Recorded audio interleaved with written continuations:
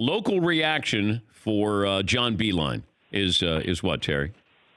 Really upbeat, I think. At least fans heard of him. They probably were fearful. Here come. I mean, seriously, Nate Tibbetts or Jody Fernandez or all these guys. I mean, heck, I love basketball and this, and I'm like searching the internet on these people they're interviewing. Wes Unseld Jr. So I think that, and also, let's face it, he's in the Big Ten. You're in Big Ten country here. They watched Beilein beat Ohio State a whole lot. So, hey, why not? Yeah, I'm there with you, too. I read your column with, that it might work. It's tricky with the Cavs and ownership there. And are they going to give him the amount of time that it would take for him? And usually with a coach in college, we wait for his first, true recruiting class to filter through. I don't know. Does he get that? I know he's got a 5-year deal, but how patient are they in Cleveland? All right, Dan, let's put it this way.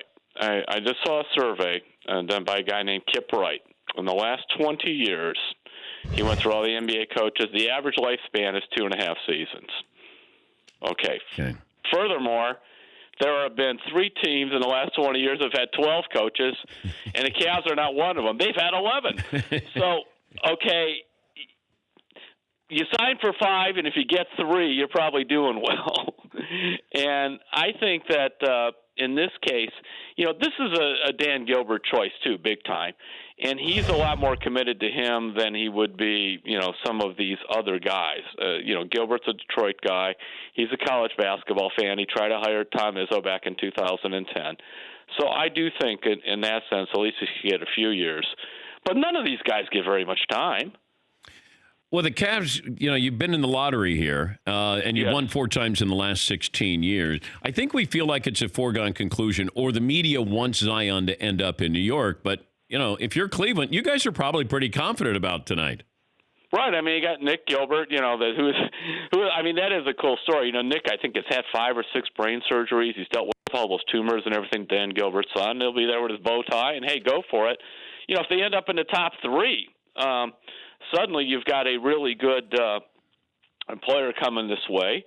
And I think the idea that the Cavs were thinking, too, and I wrote about this, a column that's now posted, is they got off of suddenly we got to have a young coach for a young team. And what about a guy who's been very successful coaching young guys? And they also looked at Beilein that most of his good players, I mean, these are not blue chippers, these are not McDonald's All-Americans, and he really did get them to play together and all of that. I kind of asked myself, would I rather have John Beilein drawing up plays at the end of a game or, frankly, an assistant I never heard of? For more Dan Patrick Show, tune into Audience Channel 239 on DirecTV. Stream for free on BR Live or download the Dan Patrick Show app.